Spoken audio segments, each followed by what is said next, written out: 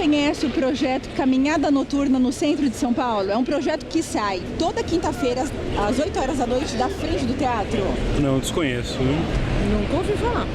Não. Não conhecem? Eu já cheguei a ver. Onde você chegou a ver? Por aqui mesmo, quando eu trabalhava aqui perto. Tá. Aí eu já cheguei a ver uma turma. Vocês se interessam por esse projeto de conhecer o centro à noite? É interessante. E o que mais atrai o olhar de vocês aqui no centro? Eu gosto da arquitetura. Arquitetura, e você? A arquitetura é o mais fascinante no centro, né? Diversidade, aqui você encontra tudo que você quiser, a hora que você quiser. Tudo. Tem tudo reunido, alimentação, preço, a arquitetura antiga, tudo coisas lindas assim que você encontra no centro. A facilidade, o acesso, tanto para cultura quanto para comércio, né? Eu acho muito bom morar no centro. Eu morei em bairro, hoje eu moro no centro, é maravilhoso. Quando eu paro assim para olhar, eu fico pensando, como que pode ter coisas tão bonitas aqui e eu chegar aqui, uma caipirinha, chegar aqui com meus 5 filhos? A senhora vem sempre na caminhada? Sempre que posso. E quando não vem, eu fico na minha casa rezando para que meus colegas vão em paz e que voltem em paz para a casa deles. E que todas as pessoas que eu encontrar sejam bem-vindos no meu coração, hoje, amanhã e sempre. De noite eu rondo a cidade a te procurar, sem encontrar.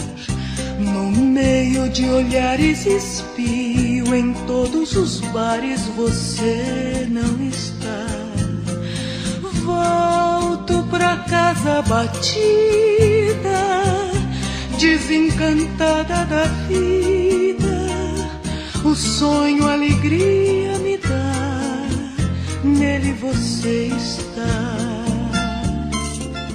Eu sempre comecei preocupado com a minha cidade, sempre preocupado com a minha cidade, com a degradação, com o abandono. Então o meu trabalho é nesse sentido, é no sentido de recuperar a cidade. A caminhada foi apenas uma consequência disso, a vontade de eu mesmo conhecer e poder mostrar para as pessoas como é bonita a nossa cidade. E eu também aprender como ela é bonita, porque a gente é tão bombardeado que a cidade é feia, é suja, é inóspita, é incivilizada, que a gente também acaba assumindo esse papel.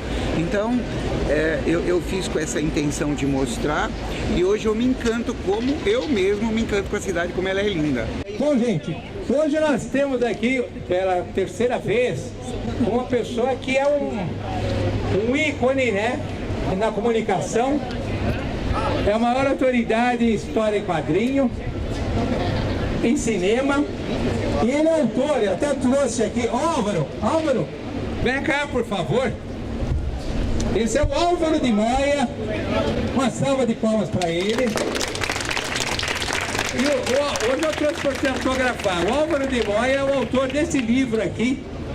Ele foi o diretor artístico da TV Excelsior, no auge da TV Excelsior. Para aqueles que são jovens, né, há pouco tempo, não sabem o que foi a televisão em certas épocas. O que eram os musicais que a TV Excelsior apresentava todas as semanas, quartas, sábados, domingos, programas humorísticos e tal. Foi um marco divisório também a TV Excelsior. Fala hoje do Boni e tal, mas o Álvaro deu uma mudada grande na televisão. E a TV Excelsior eram uns musicais fabulosos, como Times Square, o Viva Vovô Deville e assim por diante, né? E aqui conta um pouco dessa história. Então, o que hoje a gente tem uns Big Brother da vida e uns Faustões da vida, não imagina o que já foi a nossa televisão brasileira, né? E aqui nós temos um dos responsáveis por essa televisão de qualidade que eu acho que não existe mais, tecnicamente pode ser, mas artisticamente não. O Álvaro de Maia, o autor aqui desse livro. Aê! Vamos lá! É isso que ele falou, a TV Excelsior naquele tempo era o que a TV Globo é hoje. Quer dizer, a televisão de 1950, que quando ele inaugurou, eu era um desenhista jovem e desenhei os letreiros de inauguração da TV Tupi. 10 anos depois eu fui para trabalhar na televisão americana, na CBS de New York, e vi como é que era a rede de televisão. Então, quando eu voltei, eles me contrataram para ser a TV Excelsior, a primeira televisão nacional, a primeira rede. Todos nós, quando começamos a televisão brasileira, éramos gente de rádio. Eu era desenhista de história em quadrinho e fui para a televisão. Mas a maioria dos profissionais era de rádio e foi para a televisão. Só que esses homens de rádio eram todos apaixonados por cinema. Então, quando eles tiveram a oportunidade de fazer uma televisão, eles imitavam o cinema. Eles baseavam principalmente em filmes do Alfred Hitchcock, em filmes do Billy Wilder, em filmes de Orson Welles, em filmes de Charlie Chaplin. Todos eles eram impressionados pela forma da televisão e eles então fizeram, principalmente na TV Tupi, um programa chamado TV de Vanguarda, com Walter Jorge Durst, Cassiano Gaudes Mendes, Lima Duarte, Dionísio Azevedo e toda uma equipe que fazia um teleteatro excepcional que determinou a linguagem brasileira de televisão. Quer dizer, se hoje a televisão brasileira tem uma fluência, é porque naquele tempo a TV Tupi, com o programa TV de Vanguarda, fez uma programação de vanguarda. E hoje, então, esse pessoal todo que era de televisão e que fez cinema na televisão, hoje eles praticamente quase todos morreram e hoje em dia, infelizmente, a televisão é que influencia o cinema, com essas chanchadas que a Globo faz, essas comédias inconsequentes, sem profundidade, que só falam palavrão. Então, quer dizer, a linguagem hoje do cinema brasileiro é uma linguagem dominada pela linguagem da televisão Globo. Então, hoje nós vamos falar de cinema.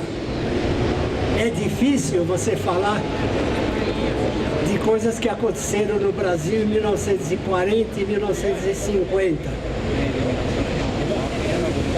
Era uma cidade completamente diferente do que ela é hoje. E existia aqui uma coisa maravilhosa que se chamava Cinelândia.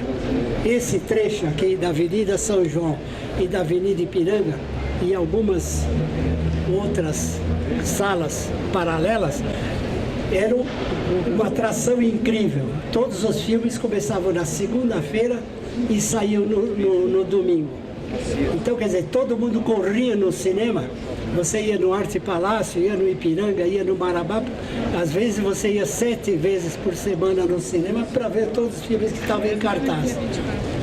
Eu me lembro que eu era jovem, abri o estado de São Paulo e vi os anúncios de filme e tinha visto todos os filmes que estavam em cartaz. Então, quer dizer, as pessoas vinham do interior de São Paulo para ver a cinema. E os cinemas ditavam a programação, ou seja, se um filme era lançado no Cine Ipiranga e fazia sucesso, o dono do cinema de Campinas já pegava o filme dizendo, é um filme que serve para o meu cinema. O cinema do Rio dizia assim, o filme fez sucesso no Marabá, ele vai bem no meu cinema. Então, eles se baseavam no sucesso de São Paulo para fazer a programação no interior do estado e no resto do país. Vamos conhecer, então, alguns desses cinemas que são lembranças incríveis. Eu, moleque, frequentava tudo isso. Então, eu espero transmitir para vocês toda essa emoção. Obrigado, Álvaro.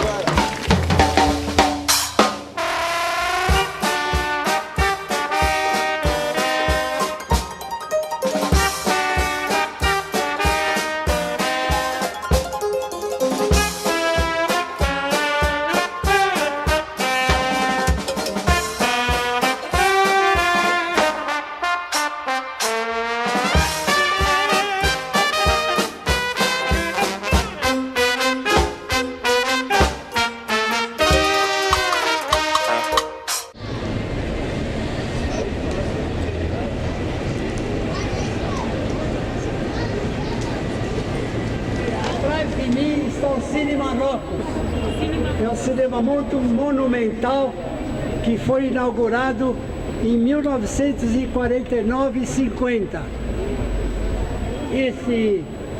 Esse cinema era luxuosíssimo. Era o primeiro cinema a ter um barzinho na entrada. Tem uma escadaria de primeira, uma escadaria, tem um hall de entrada em decoração mourisca E era um cinema luxuoso. Ele inaugurou com o filme Cagliostro, interpretado pelo Orson Welles. E aqui aconteceu uma coisa muito importante também, que foi o 4º centenário de São Paulo. Quer dizer, no 4º centenário de São Paulo, eles fizeram um festival de cinema. Os artistas ficavam onde hoje é a Votorantim. Nessa esquina tinha um clube chamado Clube Rio Grandense. E aqui passavam os filmes. Então os artistas ficavam mais nesse período, nesse trecho aqui. Um fato curioso que aconteceu aqui é que o ator Harold Flynn, que fez Capitão Blood, Robin Hood e grandes filmes de aventura, ele chegou no Brasil, o avião abriu uma porta, uma ambulância encostou e pegou ele porque ele estava tão bêbado que ele foi direto para o hospital. E ele ficou em São Paulo o tempo inteirinho bêbado. Não sei como ele conseguiu subir essa escadaria aí. Além disso, vieram diversos elementos famosos. Provavelmente vocês não devem se lembrar do Erich von Stroheim, que fazia sempre o nazista, 5 Covas no Egito. Ele sempre fazia o Von Rommel e tudo mais e tal. E ele tinha sido um diretor de cinema considerado maldito, porque os filmes dele tinham 9 horas de exibição e os produtores cortavam para 2 horas, ele brigava com todo mundo e acabou não dirigindo mais. A Rádio Bandeirantes me contratou porque eu sabia falar inglês para servir de intérprete para o repórter José Carlos de Moraes, o Tico Tico. O Tico Tico era um entrão. Ele tem fotografia com Ademar de Barros, Jânio Quadros, o Papa, João Ford, com muita gente. E ele era incrivelmente entrão. E eu, moleque, trabalhando com ele, fazia o intérprete das pessoas. E nós fomos no Hotel Jaraguá e lá estava hospedado o Erich von Stroheim. E ele disse, vamos entrevistar o Erich von Stroheim. Aí nós chegamos na porta do quarto dele e a porta estava aberta. Então, oba, vamos entrar, a gente entrevista ele. Sem marcar nada, quer dizer. E nós entramos. E o alemão enorme, gordo, nu tomando banho de chuveiro. E o Tico-Tico, que era um sem vergonha, assim, pegou o microfone e disse assim, pergunta pra ele! O alemão falou, out! E nos botou pra fora de lá. Quer dizer, então eu tenho orgulho de ter sido expulso de um quarto de um grande ator da história do cinema mundial.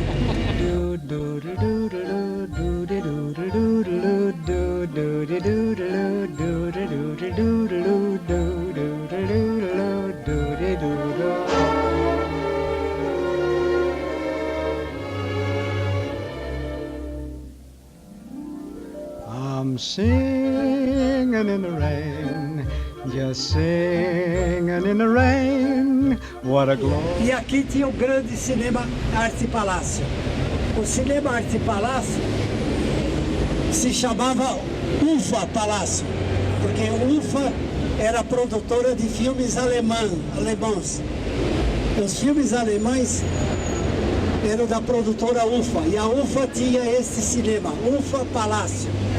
Quando veio a Segunda Guerra Mundial, que então os italianos e os japoneses e alemães foram proibidos, o cinema deixou de ser uma palácio de passar filmes alemães e passou a se chamar Arte Palácio, que existe até agora.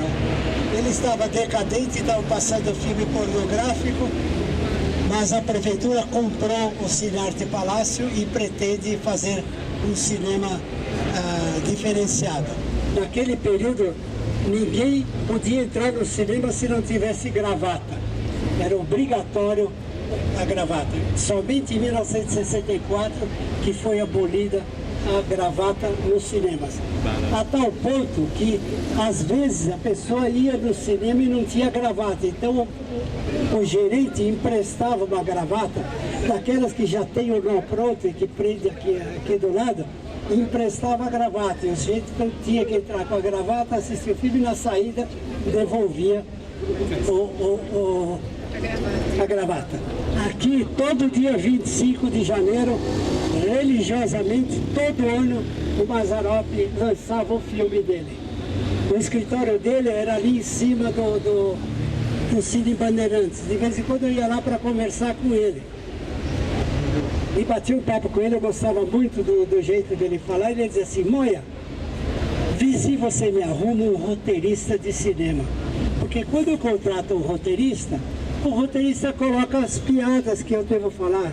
Piada eu não preciso, eu faço as piadas. Eu preciso de alguém que faça um roteiro, que seja um filme interessante. Aí eu falei assim: eu tenho um amigo que não tem senso de humor nenhum. Então ele é ótimo para fazer roteiro para você. E recomendei o Walter Avancini, o famoso diretor de telenovelas, porque ele realmente era muito mal-humorado. Mesmo assim, acho que ele brigou com o Mazzaropi, qualquer coisa assim, mas ele não chegou a colaborar no roteiro do Velho Massa. Mas todo dia 25 de janeiro ele inaugurava o grande filme do ano. Vamos para lá, pessoal?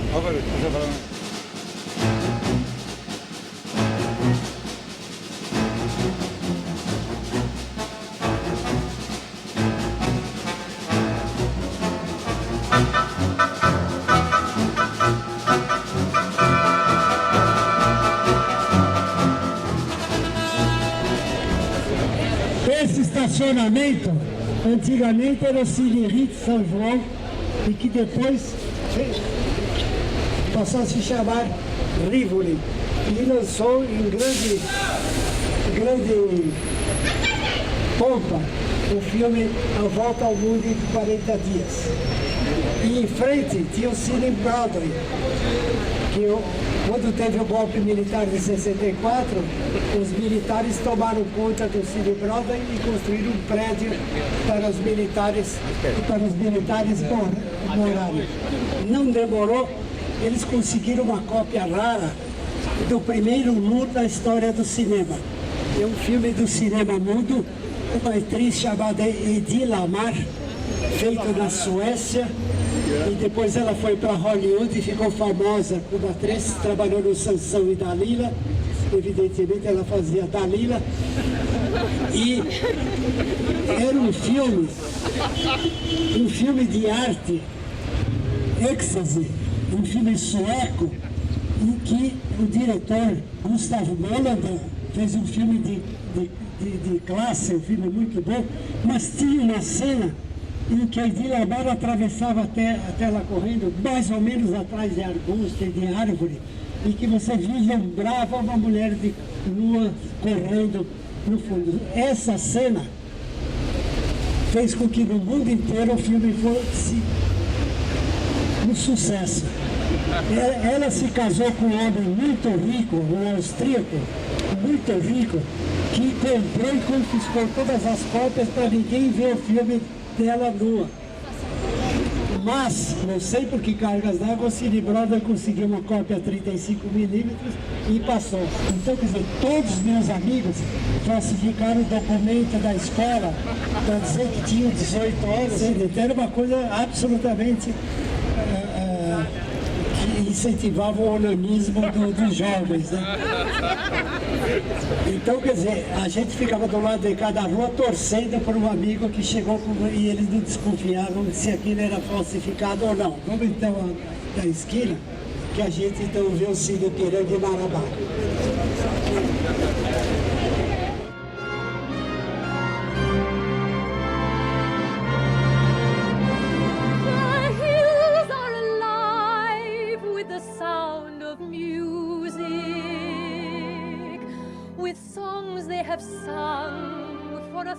O incrível que aconteceu aqui foi o seguinte: eles anunciaram que pela primeira vez o filme Gigi, eles disseram que ele ia inaugurar a tela panorâmica, porque até então a tela de cinema era um cinema quase que vertical, a tela.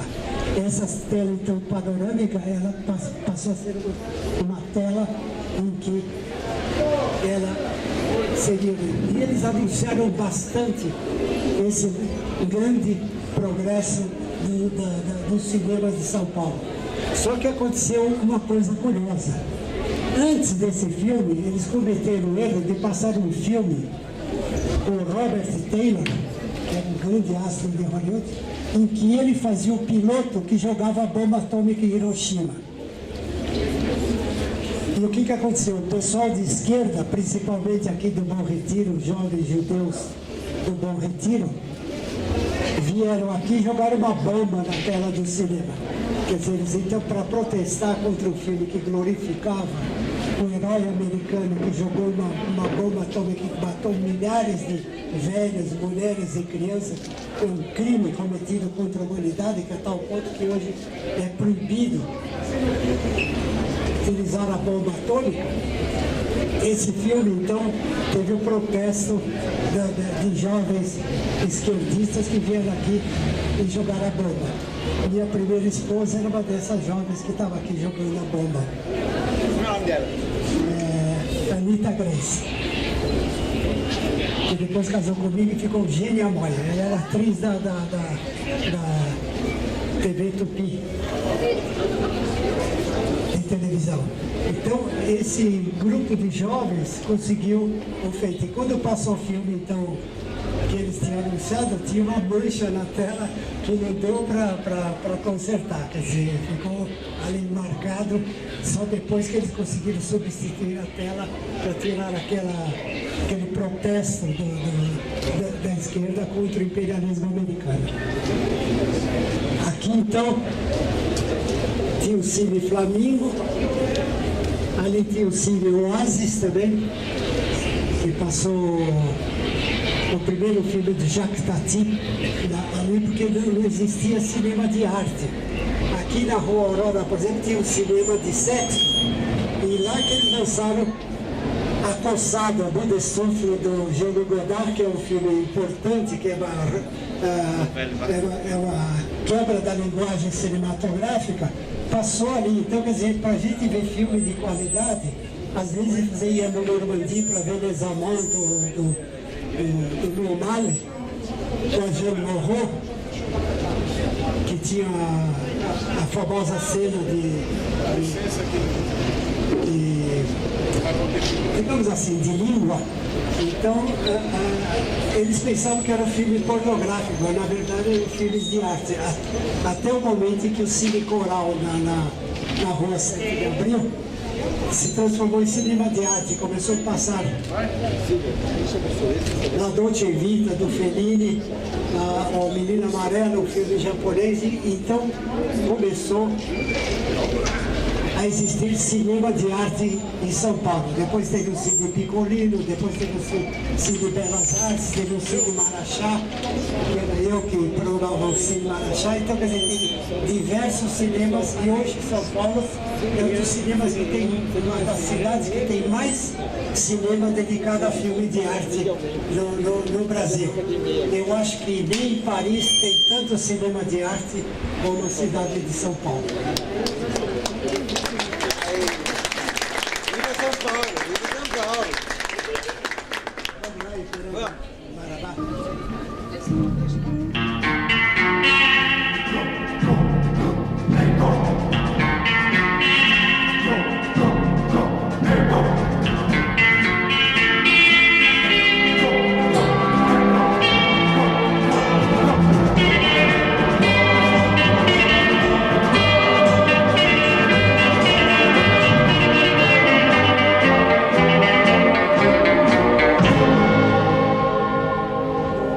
Shopping centers, porque hoje em dia o público só vai em cinema de shopping center.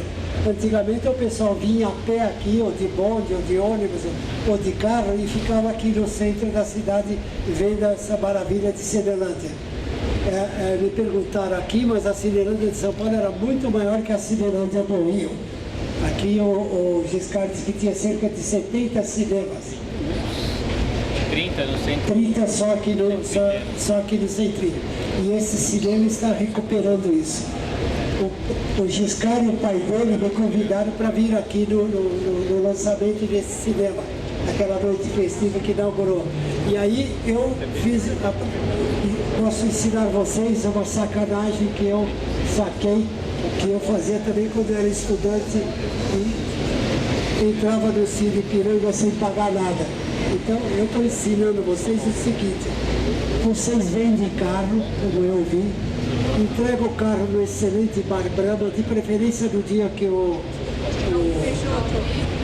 Calbi Peixoto está cantando, que ele é maravilhoso. Vocês param o carro lá, vem aqui no cinema, assista o filme, volta lá, toma o seu choppinho e tal, pega o carro, não paga estacionamento e vocês assistem o filme aqui e ainda tomam uma cerveja, é de graça. No tempo que eu era estudante, nós estávamos no colégio anglo-latino e eu falava para os meus colegas: puxa, que banco duro, hein? Lá no centro tem aquelas poltronas de cinema, macia e tal. Esse puta calor aqui na escola, ouvindo os professores enchendo, e ar-condicionado, a gente vai no cinema e tal.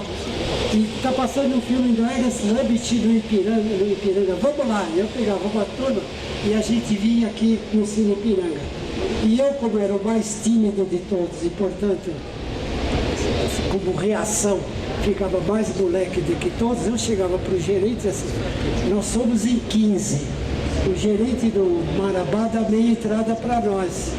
Só que nós preferimos ver este filme aqui. O senhor dá meia entrada para nós, então ele pagava, aceitava, e nós todos entrávamos ali no cinema pagando meia entrada. Isso quando a gente não usava recursos mais baixos ainda. Por exemplo, dia que chovia, o Cine Ipiranga tinha uma saída. Então estava chovendo, você ficava esperando terminar a sessão das 2 e ia começar a sessão das 4.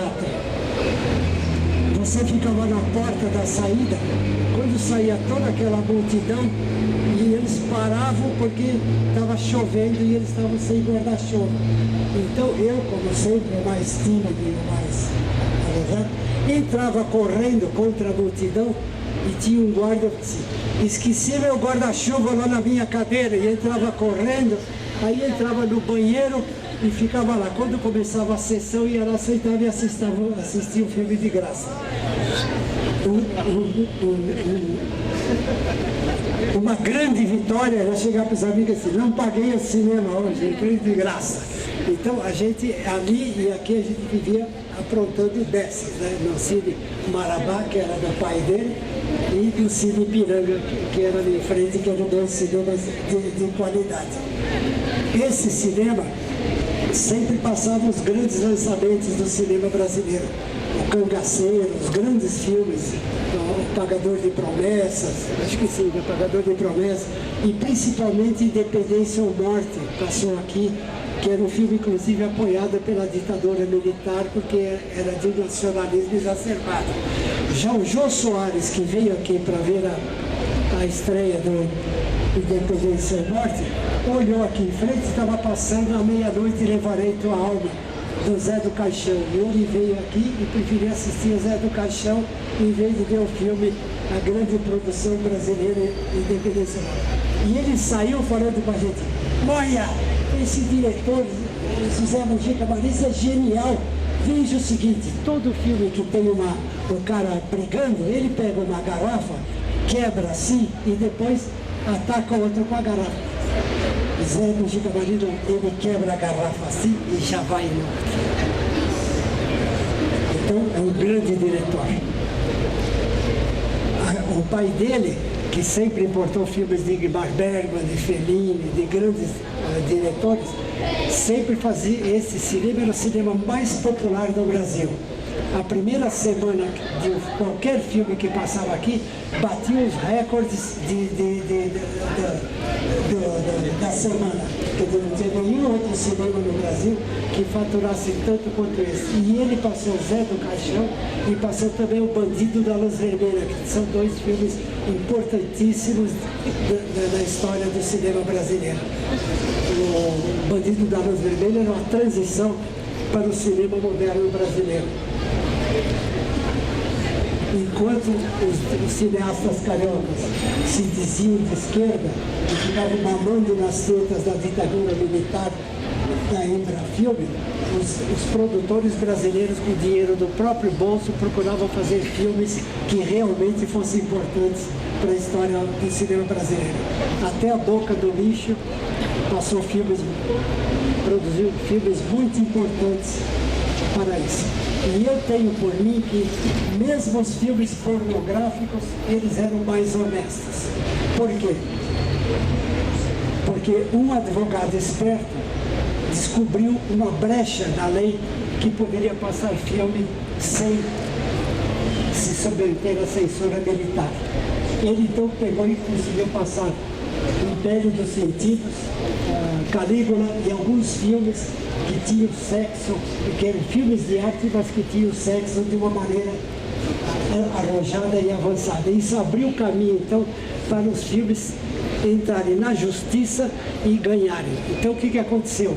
O pessoal de filmes estrangeiros importantes, de filmes que os americanos chamam X, que é proibido até 18 anos, são filmes de sexo, passou A Garganta Profunda, O Diabo Luiz Jones, Atrás da Porta Verde e A História de Johnny, grandes filmes pornográficos que eram um grande sucesso em Nova York, conseguiram passar aqui no Brasil sem cortes da censura e sem passar pela censura.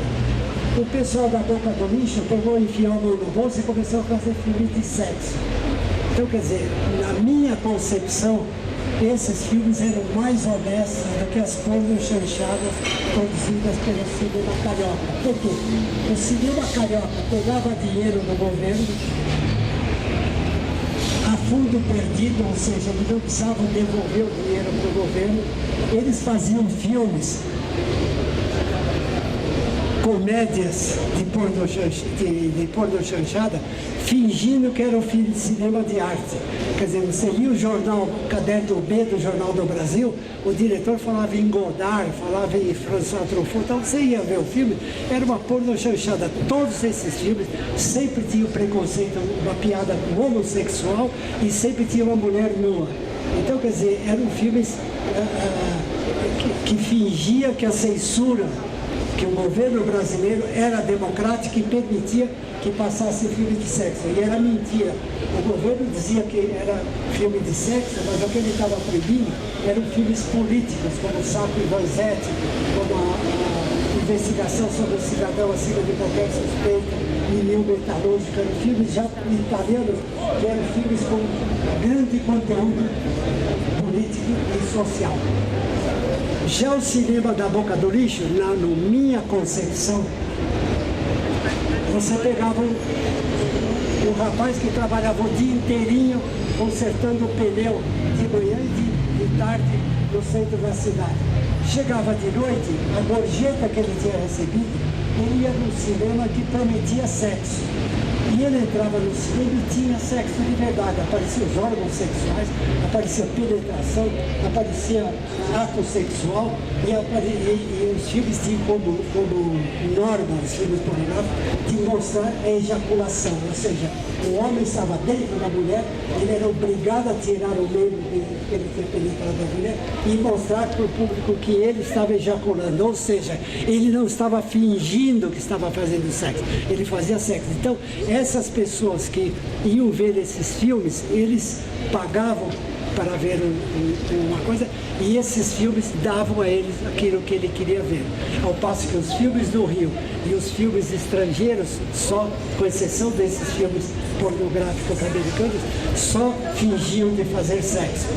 Desde a Segunda Guerra Mundial, quando o cinema europeu logo depois da Segunda Guerra Mundial, conseguiu lançar Sofia Loren, Gina Lollobrigida, Marcelo Mastroianni, grandes atores e grandes diretores, eles então mostravam cenas de mulher nua. E os americanos não podiam fazer isso. Então o que eles faziam? Eles iam fazer um filme com a Natalie Wood e faziam um contrato com a Natalie Wood que ela permitia que na versão que eles mandassem para a Europa tinha uma cena dela nua.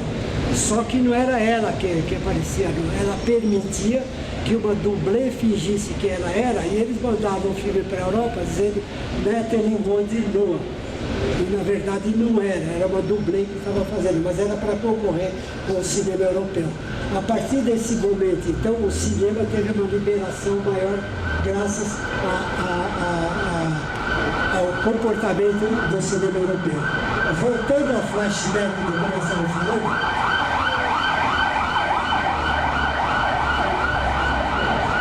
quando eu estava no Cinemetro, eu esqueci de chamar a atenção para o cinerama que passou ali na Avenida São João e o cinema que era 360 graus. Cine espacial. É, cine espacial. O cinerama era o seguinte, tinha dois sistemas. O cinema, ele é 8 milímetros, que é aquele cinema amador, 16 milímetros, que é esse do cinema caseiro, e é 35 milímetros, que é esse cinema que passa nos cinemas normais. Aquele cinema trabalhava com uma janela de 70 milímetros. Então, quer dizer, quando o Cine República, aqui em frente, começou a passar os filmes Cinemascope, era um francês chamado Henri Chrétien, que teve a seguinte ideia: ele fez uma lente anamórfica e que quando filmava, colocava a lente vertical e as imagens seriam sempre como se fosse uma pintura do Modigliani, em que elas são exprimidas e parecem altas. Quando o filme, esse mesmo filme, impresso em 35 milímetros, a lente era colocada horizontal, ela abria e ficava uma tela enorme. Então o Cine República passou a ter uma das maiores telas do mundo, passando em filme em cinemascope. O que aconteceu então? Eles inventaram de fazer um filme do dobro do tamanho, né? 70 milímetros. Então, em vez de 30, era 35, era 70 milímetros. E a projeção era uma projeção direta. Então, quer dizer, de repente, você tinha uma imagem de 70 milímetros. A partir daí, eles inventaram nos Estados Unidos, por causa da concorrência com a televisão, um cinema em que tinha 3 câmeras filmadas.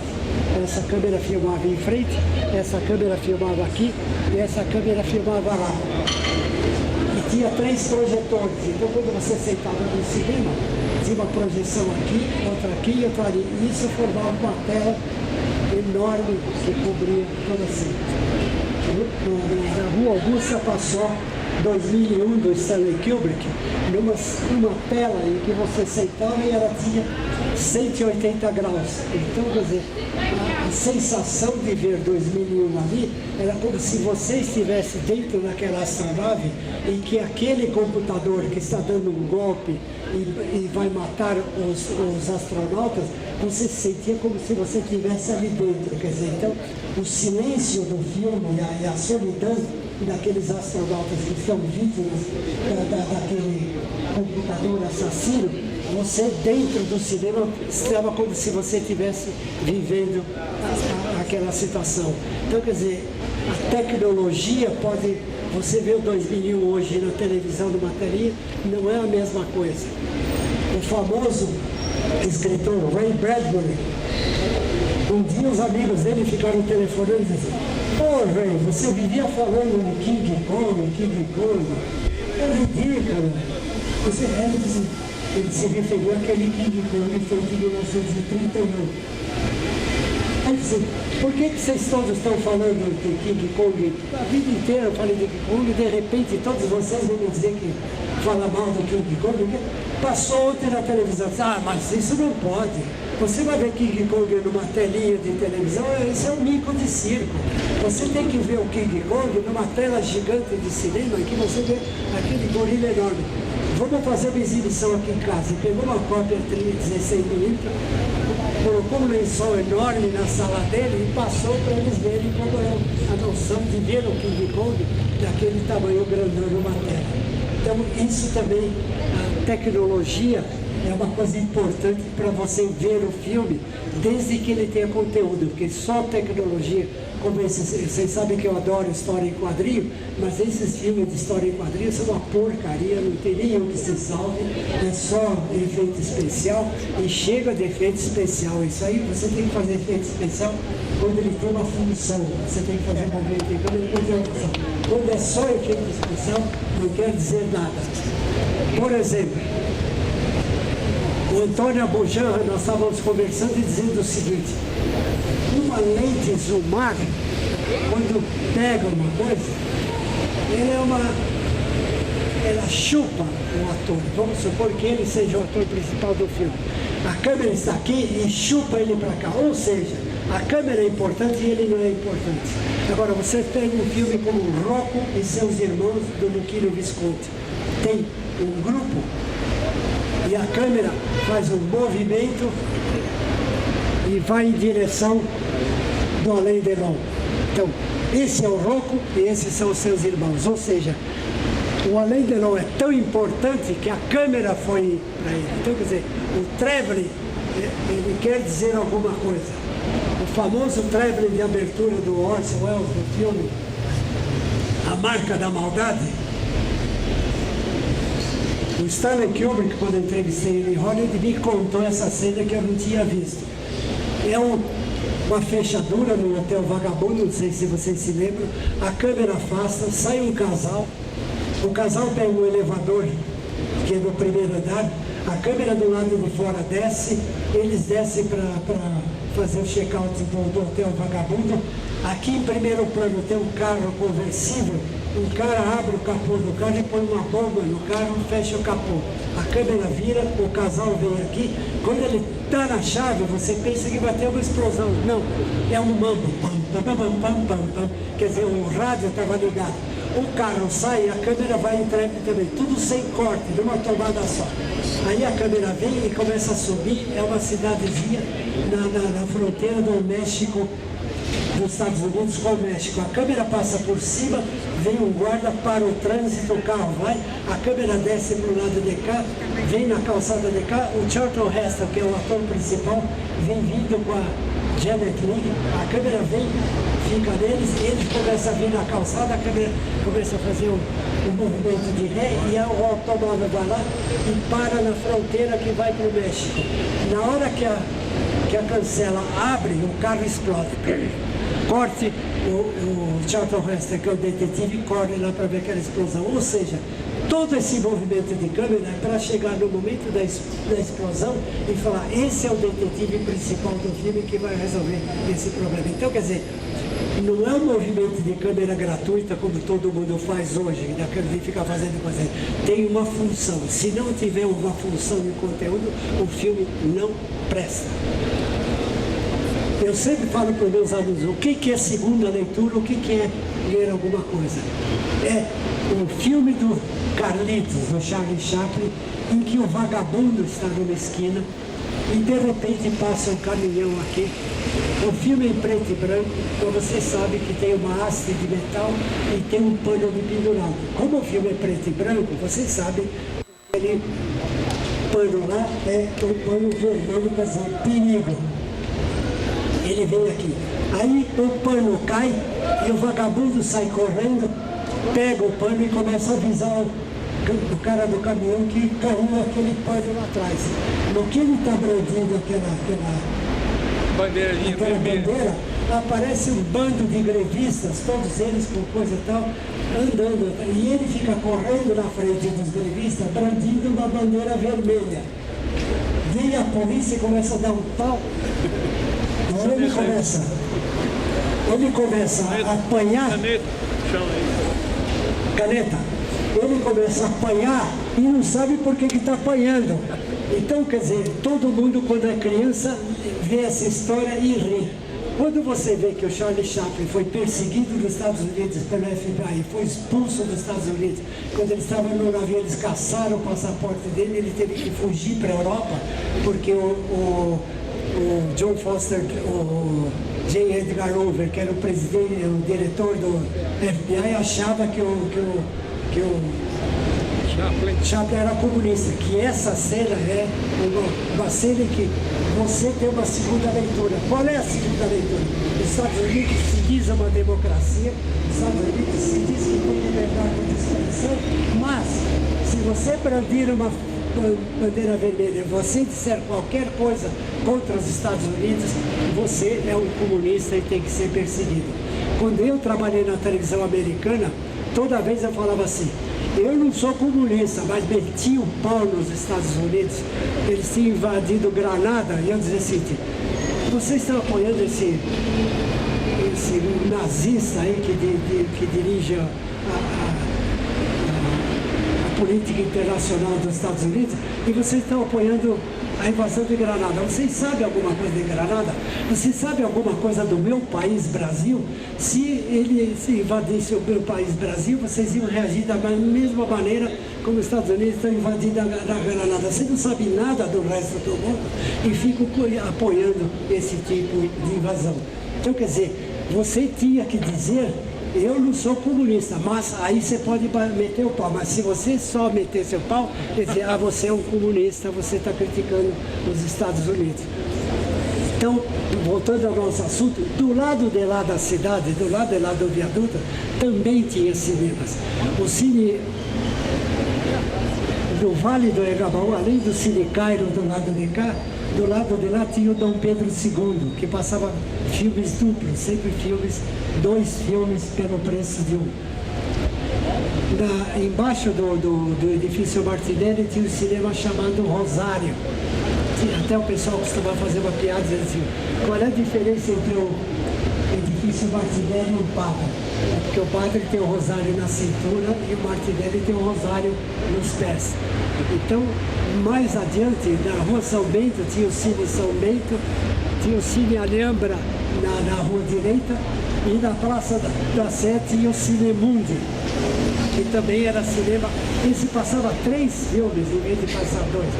Então, quer dizer, eram filmes praticamente de 1 hora, ou de 1 hora e 10 minutos, que dava tempo de passar diversos filmes. Então, essa é a Cinelândia, esse é o mundo. Está perguntando do Santa Helena.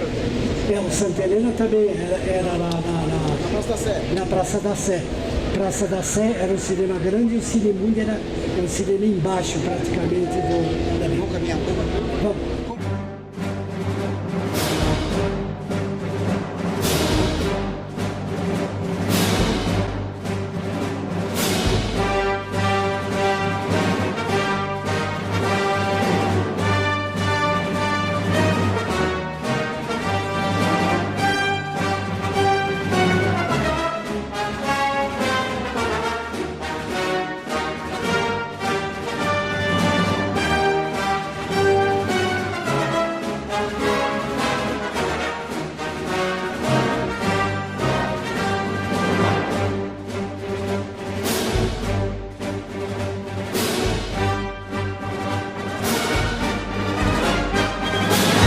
O Cine Marabá, numa segunda-feira, quando entrava o filme, ele chegava a fazer 6 mil pessoas numa segunda-feira. Isso nos anos 60, 50, 60, até o começo dos anos 70, né? As salas, acho que a menor sala aqui da Cinelândia devia ter 1000 lugares na época, e a maior sala da Cinelândia, eu acho que talvez fosse o Cine Marrocos, né, amor? Que tinha mais de 2000 lugares. Ipiranga também. Eu queria passar para o Álvaro, porque eu não tenho idade muito para falar sobre isso, mais do que eu li, mas eu imagino que pela televisão está no começo dos anos 50, não tinha DVD, internet. O grande programa cultural do paulistano era o cinema. Então a dimensão que a Cinelândia tinha era assim, imensa, talvez muito mais do que a Broadway em Nova York é hoje. E E eu não sei se a gente vai conseguir voltar, não voltar a Cinelândia como era, mas a ter essa importância, porque hoje você tem muito mais meios de diversão do que antigamente. Então, o que o cinema representava é difícil de falar, né? Vou passar para ele. Tudo bem, naquele tempo, além da Cinelândia, os bairros tinham cinema. E no Brás tinha um filme que tinha um cinema que tinha 4.500 lugares, né? 2 cinemas, o Universo e o Brás Politeama. Era um cinema de 4.500 lugares. E lotava. Na Zona Norte tinha um cinema de 5.000 lugares. E esses cinemas lotavam, não é que eles lotavam como hoje, só no fim de semana, não. Todos os dias eles lotavam. Além disso, São Paulo tinha muitos teatros. E o teatro era de terça até domingo. Então tinha público para ir terça, quarta, quinta, sexta, sábado e domingo no teatro. O TBC, todos os grandes teatros com aqueles grandes atores, Paulo Altran, Sérgio Cardoso, Madalena Nicol, Cacilda Becker, eles enchiam o teatro. Então São Paulo era uma cidade que tinha uma atividade cultural excepcional. Ainda hoje, São Paulo tem uma coisa que eu que conheço o mundo inteiro, vou sempre a Paris, Nova York, tudo tal, eu tenho por mim o seguinte: São Paulo é uma cidade que o povo exige uma atividade cultural. Ou seja, não é um governo que dá atividade cultural e empurra pela garganta do povo. Não, é o povo que exige que tenha vernissagem, que tenha exposições, que tenha museu, que tenha cinema de arte, que tenha cinema, que tenha teatro, que tenha tudo que acontece. Então, quer dizer, São Paulo, ainda hoje, embora a Cinelândia não exista mais, o público frequenta mais cinema e shopping por causa da comodidade, por causa de segurança. Então eles param o carro no estacionamento, compram o ingresso do cinema, compram pipoca, compram Coca-Cola, assistem o filme, depois saem, vão comer uma pizza no próprio shopping, vão comer alguma coisa no shopping e pegam o carro e vai embora. Então, quer dizer, ele está seguro no shopping. Naquele tempo você andava com segurança aqui no centro da cidade de São Paulo. Quer dizer, você andava a pé, não existia esse perigo que existe atualmente no centro da cidade de São Paulo. Eu cito um exemplo do prefeito de Nova York, que iluminou a cidade. A Folha de São Paulo publicou uma pesquisa que as ruas escuras são as que têm mais assaltos em São Paulo. Ou seja, cidade mal iluminada, ruas mal iluminadas, praças mal iluminadas, beneficiam os bandidos que conseguem se esconder. Nova York, o prefeito de Nova York inaugurou um novo sistema de iluminação. E a cidade a área de Manhattan virou uma festa iluminada. E o prefeito apareceu na televisão e disse o seguinte: nós estamos inaugurando um novo sistema de iluminação no centro de Manhattan. Eu conclamo os cidadãos a irem de novo aos teatros, irem de novo ao cinema, encontrar os amigos, ir a restaurante. Nenhum bandido ataca um grupo de pessoas, o bandido ataca as pessoas solitárias. Então a cidade é nossa, não é dos drogados, não é dos bandidos. Então vocês saiam na rua, marquem com os amigos, voltem a frequentar teatro, vão de novo aos restaurantes, andem em grupos que não tem a menor possibilidade, vamos usufruir. Nova York é nossa, não é dos bandidos e dos drogados. E Nova York teve um renascimento, você vê, um prefeito falando na televisão e um sistema de iluminação modificou o comportamento do cidadão aqui. Esse tipo de coisa é uma luta que nós podemos fazer aqui. Se tiver um centro da cidade luminoso, festivo, quando tem virada cultural, o centro da cidade vira uma festa. Por que não pode ser toda noite assim? Por que não faz uma virada cultural diária? Todo dia uma virada cultural. Um dia cinema, outro dia teatro, outro dia restaurante, outro dia circo, outro dia é show, outro dia é da praça, outro dia... Então, quer dizer, cria uma situação que não um ano juntar tudo numa noite só. Não num fim de semana, mas diversos fins de semana, diversos acontecimentos. Há uma possibilidade, por exemplo, assim, vamos todos às bibliotecas no centro da cidade. Então, todo mundo vai no centro cultural, na biblioteca municipal, o dia da biblioteca no centro da cidade, o dia do cinema. Então, você faz cinema grátis para todo mundo, passando filme, faz teatro grátis para todo mundo. Quer dizer, tem maneiras de você fazer acontecer, de você fazer com que o centro da cidade, tal como Paris, tal como Nova York, tal como outros países que tiveram crise. Eu estive em Nova York no tempo que havia crise em Nova York. No tempo que havia crise em Nova York, Times Square, você andava na rua, os caras ficavam oferecendo droga para você. Quer dizer, você andava e dizia, vai uma, tal, ninguém fala. A Rua 42 era prostituição e drogas. E a Rua 42 sempre foi uma espécie de Cinelândia, de grande coisa. Então, quer dizer, eles modificaram o Lincoln Center, eles modificaram o Madison Square Garden, eles investiram na ilha de Manhattan. Falta um investimento aqui. Bom, para encerrar... Não, encerrar, nós vamos encerrar no municipal. Ah, tá bom. Então aqui tem o Cine República, que eu já falei. Ali no Cine Copan tinha um outro cinema que passou o Laranja Mecânica do Stanley Kubrick, em que apareciam órgãos sexuais. E a censura disse que só liberaria o filme se tivesse umas bolinhas pretas escondendo os órgãos sexuais masculinos. Eles consultaram Stanley Kubrick dos Estados Unidos, ou ele da Inglaterra. Ele concordou em que o filme fosse exibido desde que passe o filme. Ele achou importante que passasse o filme. Então aqui no Cine Copan, todo o pessoal sentava no cinema e ficava brincando com as bolinhas pretas. Olha a bolinha preta, ela foi para a direita, ela foi para a direita. Vai aparecer, vai aparecer. Você lembra também? Então, quer dizer, todo mundo no cinema ficava tirando sarro das bolinhas pretas em cima dos órgãos sexuais masculinos. Era uma coisa muito engraçada.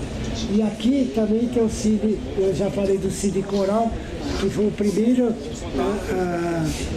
tentativa de fazer um cinema de arte. Depois o Cine Biju, ali os dois Cine Biju, ali na Praça Frank Roosevelt, reprisavam os filmes de arte para o público acompanhar. E o cinema ali do lado do Cine Metro, tinha dois cinemas, Cancan e Moulin Rouge, que também tentaram fazer cinema de arte, passaram Don Quixote com o Nikolai Cherkassov, filme soviético. Então, algumas tentativas de fazer cinema de arte aqui. Mas o que fez sucesso foi o Cine Coral aqui, depois o Cine Biju, e o próprio Cine Coral mudou para Augusta, que era o Cine Piccolino, depois virou o Cine Belas Artes da esquina da Consolação com a Avenida Paulista, e aí solidificou de vez o cinema de arte. Hoje em dia, é aquilo que eu falei, eu acho que a cidade de São Paulo tem mais cinema de arte do que a própria cidade de Paris. Então, isso era a coisa que eu queria falar nesse local aqui que nós estamos. O Metrópole era ali na Galeria Metrópole. Ali foi lançado também o filme do Federico Fellini, 8h30. Na sessão das 14 horas, no dia do lançamento do 8h30, estava lá o João Soares, toda a turminha lá, a Bujanra, todos eles sentados lá para ver o filme do Fellini. E eu esqueci de contar uma história particular minha. Mais perto, Álvaro. Quando estava passando Macbeth do Orson Welles no Cine Ipiranga, na segunda-feira, às 14 horas eu fui ver o filme na primeira sessão e fiquei impressionado de ver o filme, uma versão de Shakespeare, num formato cinematográfico.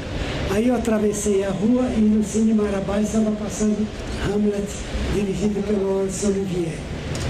Quando eu saí do Cine Rio de São João, estavam reprisando Relíquia Macabra, Falcão Maltês, com Humphrey Bogart. Eu entrei e assisti o filme. Quando eu saí, minha irmã estava passando com o então namorado dela, que depois ela se casou com ele. Ele disse, vamos assistir o Hamlet do Marabá. Isso é chato, é teatro inglês filmado. Bom é o Macbeth. Aí eu levei eles para ver o Macbeth de novo, com a vantagem que meu cunhado dessa vez pagou o ingresso para mim. Então, quer dizer, a gente era maluco por cinema porque a Cinelândia incentivava você a frequentar. E é isso que vocês estão lutando para que o centro da cidade volte a ser o grande centro de cultural da cidade de São Paulo. Municipal, vai, vamos lá, municipal.